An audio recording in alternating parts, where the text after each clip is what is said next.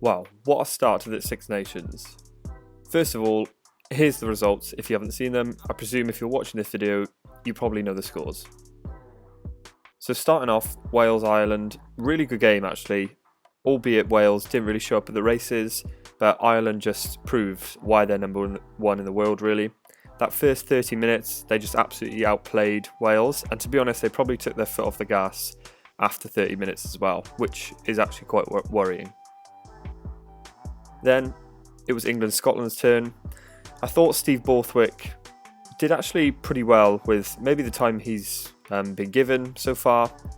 I think it's something like 11 days in camp, but it wasn't obviously enough to beat Scotland, who to full credit played really well. I thought England actually played better than they have in maybe the last year or so as well. Absolutely amazing game. Duhan van der Merwe's try was absolutely insane. I could not believe it. And then obviously his second try was a really good team try as well. So credit to Scotland, they won the Calcutta Cup once again. Then finally it was Italy and France's turn. This was obviously a really amazing game as well. Italy ran them close really well. I think if Tommaso Allan had got one of his last kicks that he actually missed, I think it was a good chance of them winning the game. But France stuck on in there and they did manage to get the win, but really promising from Italy. So without reading too much into the table, this is how it currently looks. So you've got Wales, England, Italy, obviously losing their first game, and then you've got France, Scotland, Ireland.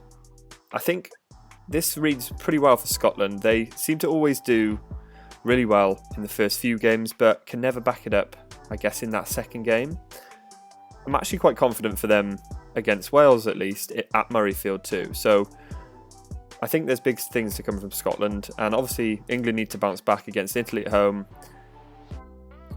And then you've got Ireland versus France, which has the potential to be a Grand Slam decider, right? Two of the best teams in the world. I think Ireland will probably pip it, just because maybe of their performance, but then also France's performance as well. So I'm backing Ireland, especially at home.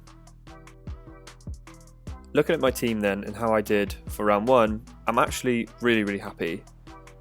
So looking at the front row, Dan Sheehan absolutely smashed it, carried that ball so well, didn't get a try in the end, but did score almost 60 points. So I think even for any front row, especially a hooker, that points total is absolutely massive. Then obviously Genge got a try, Sinclair played really well as well, I thought. So I think across the front row at least, that was really solid. My two second rows as well, Cannone and Byrne. Probably hoped for a little more from Tadhg Beirne, but Cannone played really well for Italy. He did come off, I think it was around the 65th minute, and I thought he was playing really well. A really strong ball carrier for Italy, but they brought him off, but still scored almost 30 points.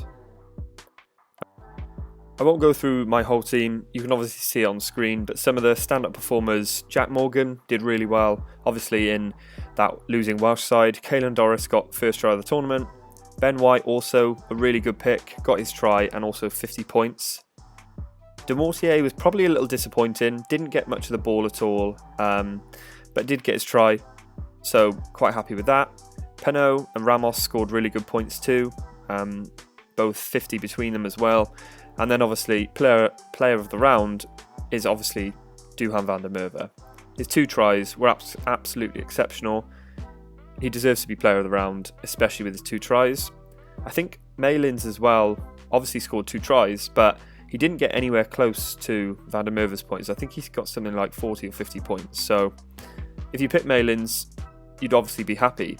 But on the losing side, and van der Merwe absolutely smashed it as well. So if you had van der Merwe as a captain, huge congrats to you. So with 814 points, where does that put me?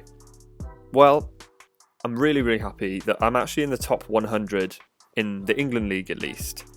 So really not far off top as well. So super happy with this. I think this is probably my first top 100 that I've ever had within England at least. So obviously really happy with that. Looking at our JG Rugby leagues, massive congrats to Luigi and Sexton on the Beach for topping both at the moment. I'm top of the JG Rugby 3 League, so got some work to do in that one for everyone else. But obviously, massive congrats to you guys at the moment for topping. But it's not a sprint, it is a marathon, so plenty of game time left. So looking at the whole of Six Nations then, with my points total, that leaves me at 280th in the world, which is obviously fantastic. Let me know down in the comments what your rank is within your regions, but also the world as well, because it would be really good to see if any of you have topped me. Overall, I think it was a really decent round for the channel and the community. If you like my videos, drop a like and subscribe to the channel.